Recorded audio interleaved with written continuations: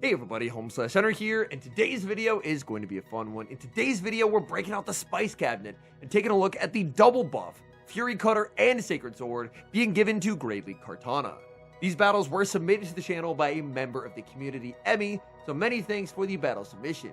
Now, Kartana in the Great League only has 1300 stat product, meaning it is too glassy. It should never be used under any circumstances. However, this trainer took it as a challenge. The Fury Cutter and Sacred Sword Kartana is very spammy, and they're able to clutch out some improbable wins.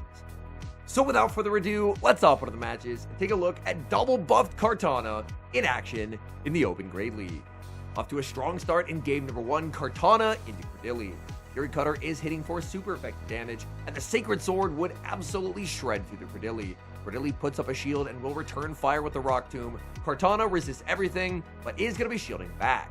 In comes Drapion, able to bank a ton of energy on Kartana and make a catch onto Shadow Celio. Shadow Celio is another Pokemon that is massively improved this season. Celio went from relative obscurity to a meta contender. Crunch lands, defense drops, but Celio hangs on. The 1-15-13 IVs paying dividends as Celio's able to grab a shield with Surf. Back in comes Kartana. Kartana not going to let a charge attack land, firing off the Sacred Sword. Drapion is still pretty healthy, but it will not survive. In the back, oh my goodness, it's Malamar, and Kartana is looking to sweep. Kartana fires off the Leaf Blade. Leaf Blade KOs Malamar. All that's left is the Credilli. Credilli, there's just no way out. This is a Kartana full 1v3. Down goes Drapion, down goes Malamar, down goes Credilli, and that's a good game. Hopping into the next match, leading Kartana into Steelix. Even though Thunderfangs are resisted here, the Thunderfangs will add up, especially if Steelix is able to get a successful Psychic Fangs bait. Kartana, no baits here, able to land the Sacred Sword and deal big damage to the Steelix. Steelix has farmed up to a potential crunch. Kartana puts up the shield, and the opponent actually does not bait. That's really good news for the Kartana. Kartana firing off Sacred Sword at the very low health Steelix. Steelix is going to put up the shield, but they just cannot compete with this pacing. Kartana already at a third Sacred Sword, getting the double shield from the opponent, and they get Fury Cutter down. Oh my goodness. In comes Sableye. Sableye snipes down Kartana right before it's able to make the Leaf Blade. And now in comes Shadow Celio. Celio just going to look to overfarm, as the Sableye can threaten big damage with a potential Power Gem, but instead they're just going to go for foul play, and now Celio will look to lock in some big damage with Surf. Surf is going to land. Oh, Sableye hangs on, 1 HP remaining. They make a last-second foul play, and suddenly the Celio is pretty low. In the back is Malamar. Malamar will take some very nice damage from Surf, and then it's going to be all up to Jellicent. Malamar only had a 7 Psywave head start, which means they are actually going to be 1 Psywave short of the back-to-back foul plays on this CMP tie. So close, yet so far for the Malamar. As Surf from Jellicent, it's easily going to be taking the knockout. But the margin for victory there was literally half a second, 1 singular turn of Psywave energy, and that game could have gone very differently. We move to the next match, picking up what I imagine is a pretty nice lead, Kartana into Azumarill. Kartana plays to the CMP tie, a very risky play because if Azumarill ever overfarmed, then Azumarill would be getting a massive amount of free energy as the bubble sneaks. Kartana has to shield up everything. It's 1300 stat product. It is just too frail. Kartana, look at this pacing. Oh my goodness, already at the back-to-back Leaf Blades. Azumarill should now have the Ice Beam loaded. Kartana trying to go for a CMP tie, but Azumarill is just going to take the free energy. Leaf Blade lands, look at the damage, and now in comes Jellicent to catch what should be the Ice Beam. Jellicent absorbs that Ice Beam, no problem. In comes Corviknight, and Corviknight really not going to be a fan of this new pacing on Jellicent. Straight forward to Shadow Ball is such a dramatic improvement for Jellicent, as previously, I mean, once you threw 4 hexes, you were at 52 energy and Shadow Ball was 55. But now with Shadow Ball at 50, Jellicent honestly feels like a very solid Pokemon to use. Second Shadow Ball will KO the Corviknight, and in the back, oh, it's Clodsire. And this opponent is in trouble. They try for a Hail Mary catch that they're not going to get, and now Jellicent will get to lock in big damage with Surf. Surf lands onto the Clodsire. Clodsire is very bulky, so it looks like it will be able to survive the double Surf, but the damage has been done. They're just simply too low. Clodsire will be able to take the knockout with the Earthquake here. Earthquake, it still doesn't KO. The bulk of Jellicent, and Kartana's going for some disrespect. could have gone for the Leaf Blade, but throwing the resisted Sacred Sword to KO the Clodsire and take the win. Kartana into Dedenne in the next match. Now, Dedenne is a Pokemon that did get nerfed this season, so Dedenne is a lot less good than it has been in previous seasons because it loses that 10-turn pacing to Parabolic Charge. Leaf Blade does get shielded. In comes Talonflame, opponent hoping for a slow reaction time. Unfortunately, the gamble backfires as Kartana was able to switch out in time. The Incinerate did not land on its intended target, and now Jellicent just gets to farm up to the back-to-back Surfs. Surf is a pretty strong move. Talonflame's not going to survive. Talonflame knows that they let it go. Back in comes Dedenne, and Dedenne will look to ramp up its attack with Parabolic Charge. Parabolic Charge lands, Jellicent barely able to hang on. Jellicent will leave with a parting gift of a Shadow Ball. Shadow Ball, even to a +1 defense, Dedenne still does quite a bit of damage, and now back in comes Kartana. Kartana makes the Leaf Blade that looked like it was a CMP tie. Leaf Blade, it's going to be way more than enough to KO Dedenne, but Dedenne puts up a shield. Are they weak to Kartana in the back? Kartana going to be shielding up. In the back, they have Serperior, and I don't think Serperior is going to like what comes next. Sacred Sword plus this Fury Cutter combo is going to be getting big damage onto that Serperior. Serperior, they would have to be running Aerial Ace to do any real damage here, and they actually are. Aerial Ace will take the knockout. In comes Celio. Celio gets the Powder Snow down and leaves with a Body Slam loaded for Dedenne. Serperior could have been a little bit scary if it made the Frenzy Plant, but luckily with that Powder Snow buff, Celio locks in that farm down and secures the win. Moving to the next match, picking up a very bad lead, Kartana into Shadow Scizor. On paper, this should be a good matchup for Kartana, because Kartana has a Bullet Punch resist and can cleanly outpace the Scizor. However, if you look at the Kartana's health bar, you will notice that Kartana is suddenly having a pretty rough go of it. Opponent also gets a Sacred Sword catch onto a Azumarill, and that's going to make this game even more difficult. With that chip damage, maybe there's a chance that 2 Shadow Balls can KO from the Jellicent. If that's the case, that would actually be pretty nice. Play rough, not going to do much from the Azumarill. Jellicent going to farm up to 100 energy and start unleashing Shadow Balls. Shadow Ball number 1 is going to connect. Jellicent farming up a ton of energy and now going to be CMP tying that Azumarill. The unfortunate thing is the Shadow Scizor never threw energy earlier, so the Scizor has a ton of energy and the Scizor does not throw. Hoping for the catch, didn't get it, and now, unfortunately, this game is probably going to end in defeat because I think Night Slash is just going to knock out here. Night Slash does KO. In comes Celio. In the back is Gourgeist. The opponent clearly has no fear of Talonflame lead with this team as they are disrespecting fire, but it's paying off in this one as Gourgeist Incinerate will be able to get the Celio low enough that Celio will even just get knocked out by a Night Slash. Celio going to be shielding up the Seed Bomb, firing off this Surf. The Surf is going to be undercharged, so Celio is going to go for a big energy farm down, is trying to get as much energy as possible, but Scizor has the move, so unfortunately, it's not going to matter. I think Scizor might even have the Trailblaze here. Scizor does have the Trailblaze, and unfortunately, that's going to be the end of Shadow Celio. Moving to the next match, that's a wild trainer name.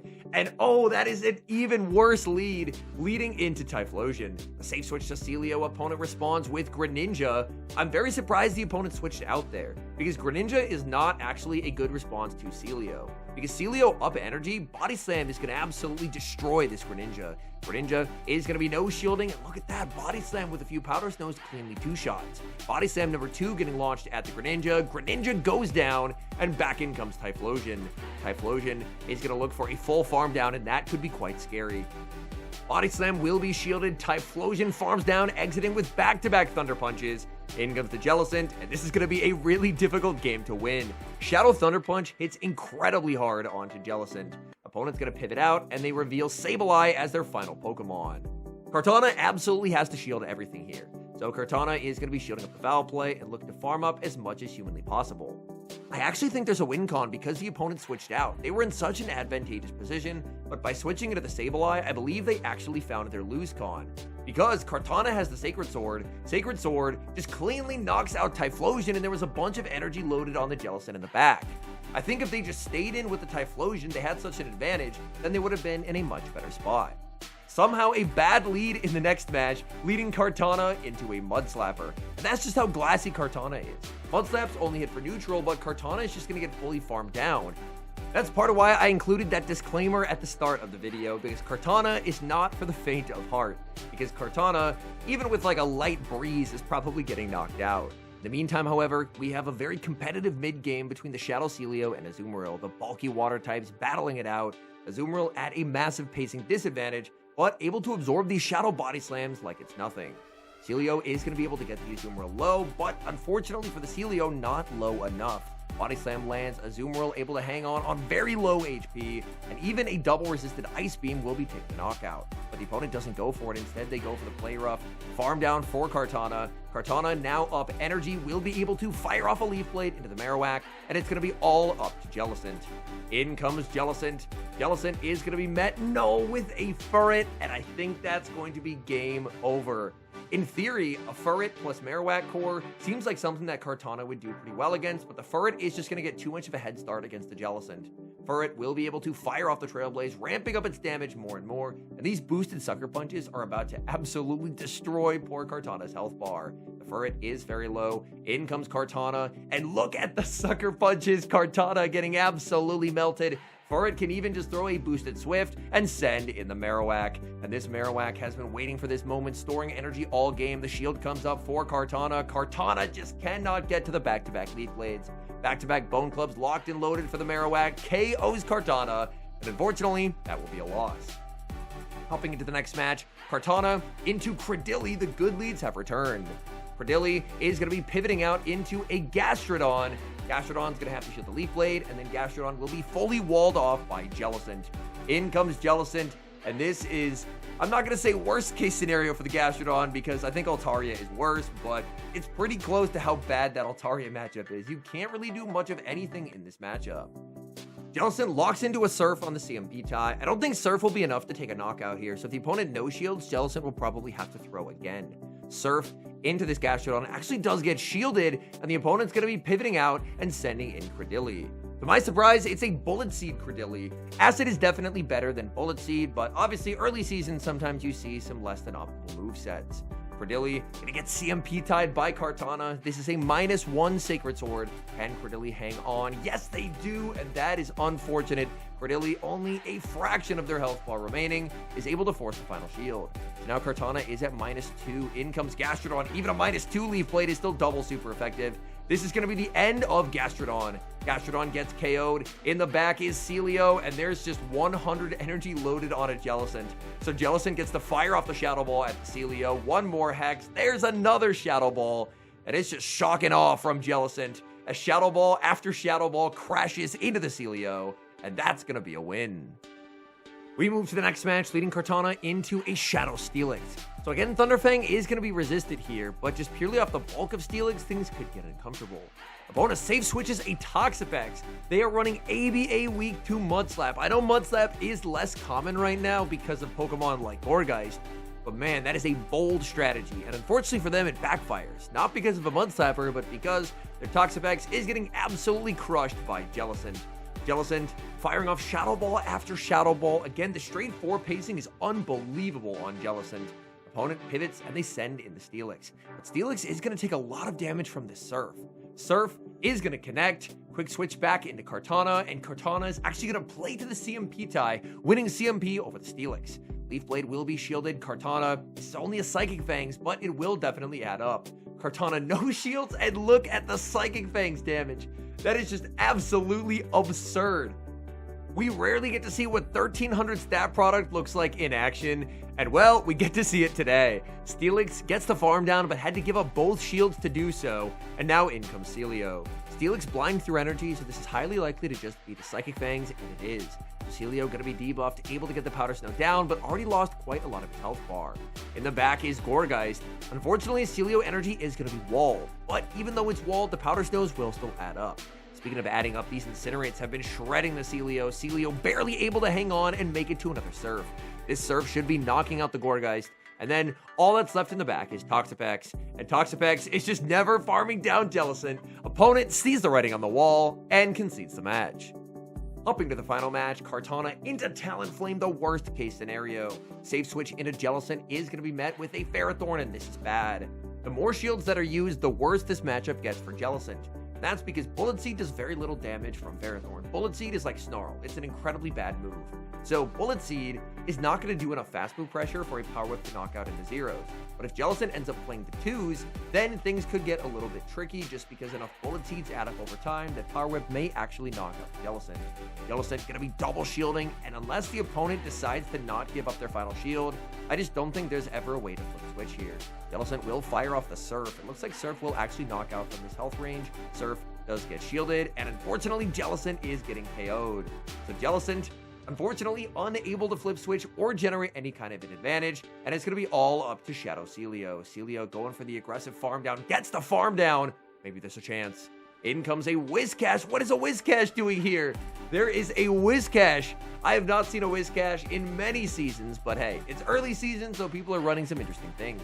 Maybe if Celio is able to bank a move, like bank a Surf and then catch onto the Kartana, I think that could be a win con. And it is. Okay, here we go. The opponent should undercharge the Mud Bomb. They don't undercharge the Mud Bomb. It almost one-shots. In comes Talonflame, and it's all up to Celio. This has to KO. It's going to be all down to this. Surf lands. Talonflame hangs on 1 HP remaining. And unfortunately, that game will end in defeat. All in all, these were some pretty fun battles, so many thanks to Emmy for the battle submission.